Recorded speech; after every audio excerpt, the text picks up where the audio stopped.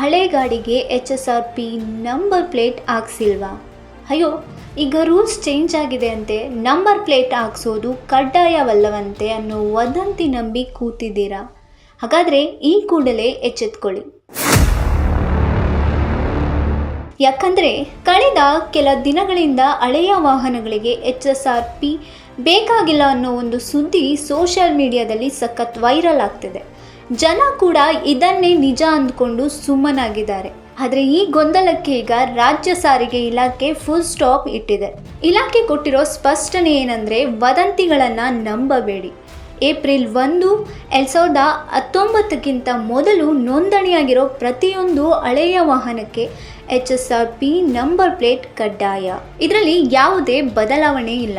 ಹಳೆ ವಾಹನಗಳಿಗೆ ವಿನಾಯಿತಿ ನೀಡಲಾಗಿದೆ ಅನ್ನೋದು ಕೇವಲ ಸುಳ್ಳು ಸುದ್ದಿ ಅಷ್ಟೇ. ನೀವೇನಾದರೂ ಇನ್ನೂ ಪ್ಲೇಟ್ ಬುಕ್ ಮಾಡಿಲ್ಲ ಅಂದರೆ ತಡ ಮಾಡಬೇಡಿ.